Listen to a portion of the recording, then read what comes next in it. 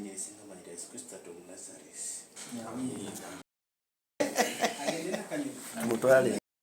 Basaba dinkoli n'abasumba n'ababulizi neyo mu kanisa zafeeyo ebereyo obulabe zino butandika obulabe bwatandikira nga tulina obusaba dinkoli busatu katulina obusaba kanisa ezirutunukiriza olusanvu ezitaaliwo n'emyaka 8 waba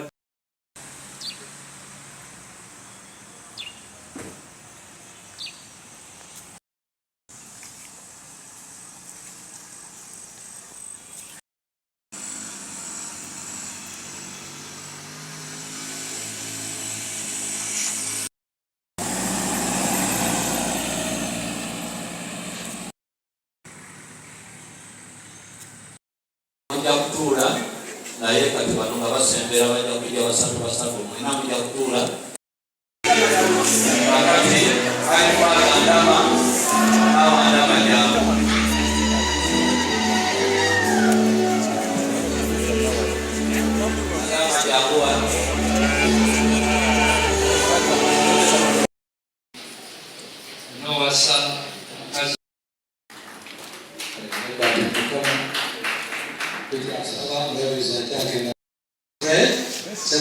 Sebakija yatabo netedi abali testimony kubera malika wa kubera network kubera malika wa you come here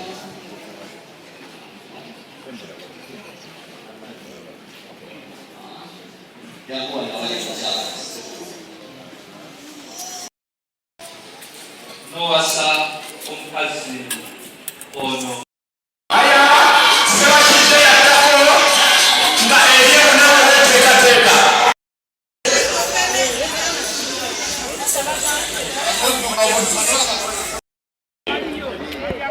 Muzatola gawa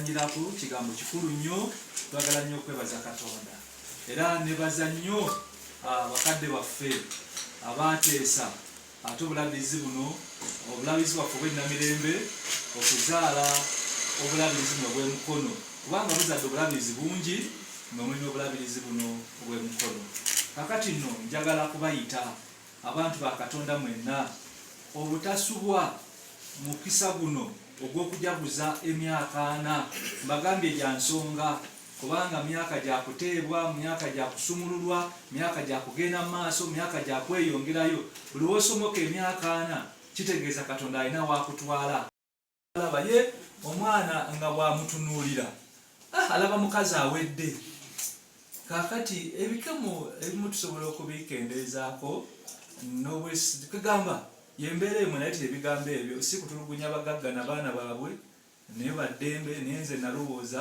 nti omwana asoma abeere mwana bw'anaakula anaafuluma essomero oba nadagenda amasomero secondary n'agenda mu higher institutions it's okay akole byayagala ayambale byayagala naye nga takunamye kwegamba abeere nga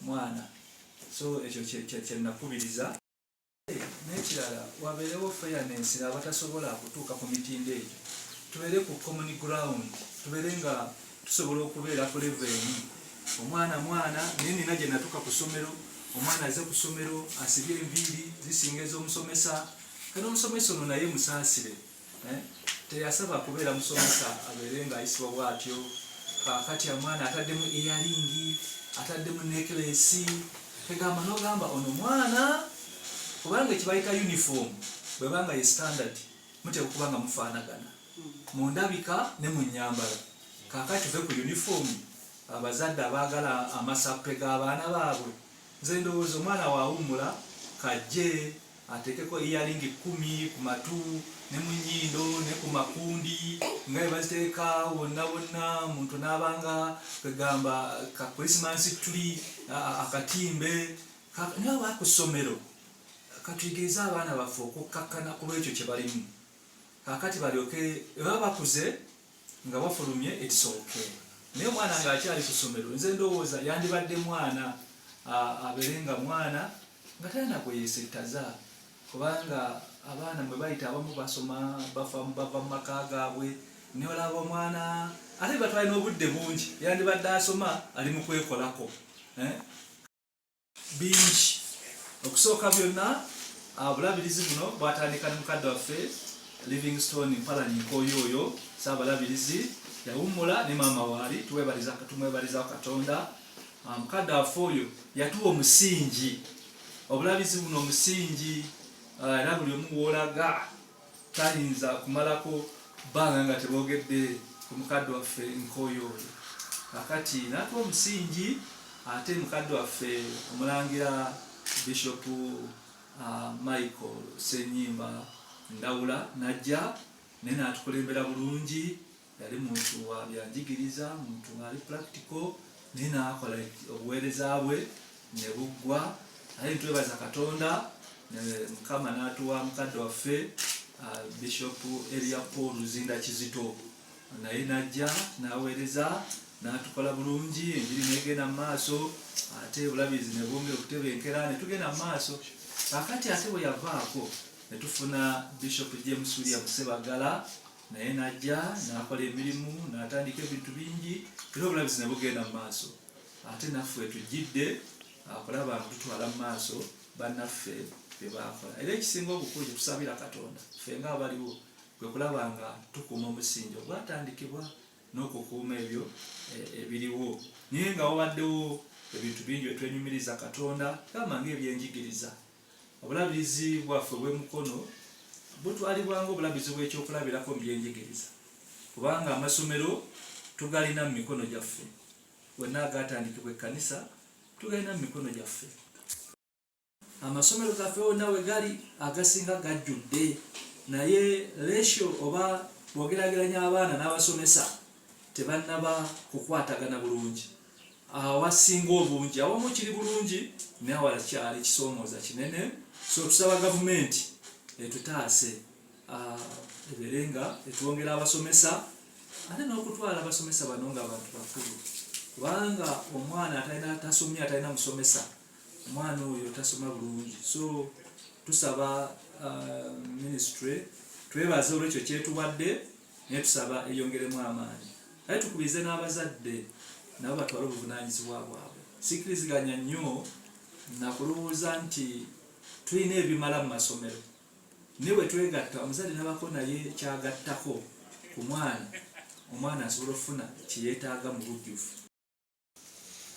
Tulina ebisoomooza ng'obulabirizi bwaffe buno obwa mukono.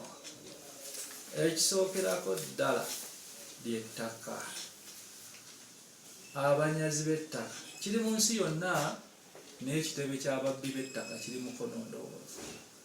Ekisinga okutuluma tetunaba kuyambibwa, so nga tuleekaanye tuwandiise tutegeezezza abakulu bonna, naye ebintu babitunuulira kyamuli.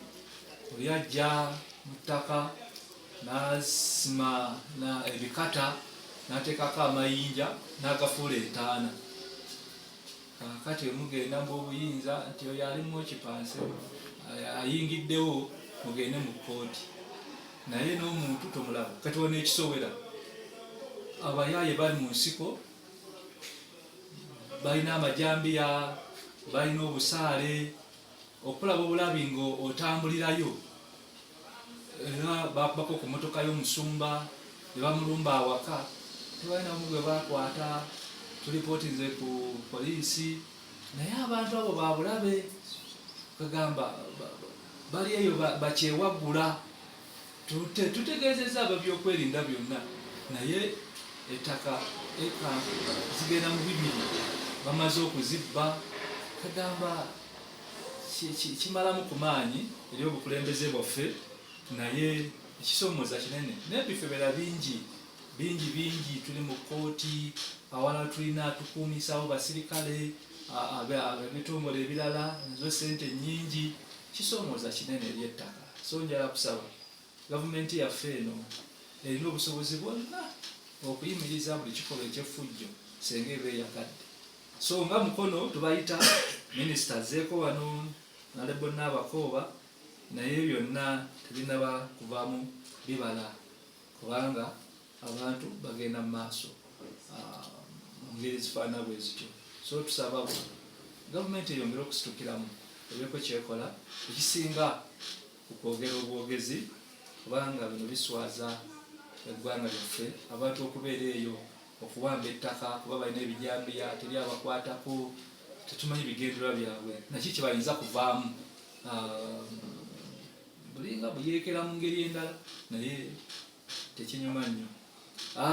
Ekisomoozo ekirala, twebaza Katonda emyaka 8 mujjukira ababadde mu ggwanga Mukono yali amanyiddwa nnyo ku busamizi n'ekisaddaaka baana ne bannange. Twebaza Katonda omwaka guggwako ne mukwata omulala nga temuwuliddeeyo bikolwa bya kusaddaaka baana, kubanga enjiri ebuuliddwa n'ebikolwa bivumiriddwa. Kati biwulira mu bitundu birala okutemula okwekyono tukuwulirako walala, Mukono kwakenderera ddala. Naye newankubadde buli gutyo era mukyalimu abakyasamiizasamiiza, ekyo nakyo kisoomooza. Ate n'abantu baffe abamu balinye eno n'eno, so ekyo nakyo wekiri tuyinza kugamba nti ensi yonna kaakati yalokoka kiri bulungi, naye mukyalimu abatonotono abakyalimu ddala, kubanga nnambudde obulabizi buno bwonna lw'otuuka naye busamize. Ate sitaani kati akutta obwongo bw'abantu. Abantu abamu n'amasabo bagakyusiza bagatadde mu nnyumba zaabwe, basamira mu ngeri nayo eri advanced kaakati. So busamize mwebuli, naye tukkiriza nti omulimu gwa Katonda bwe gusobola okulokola abantu n'okukendeeza ku bikolwa bifaanana bwe bityo.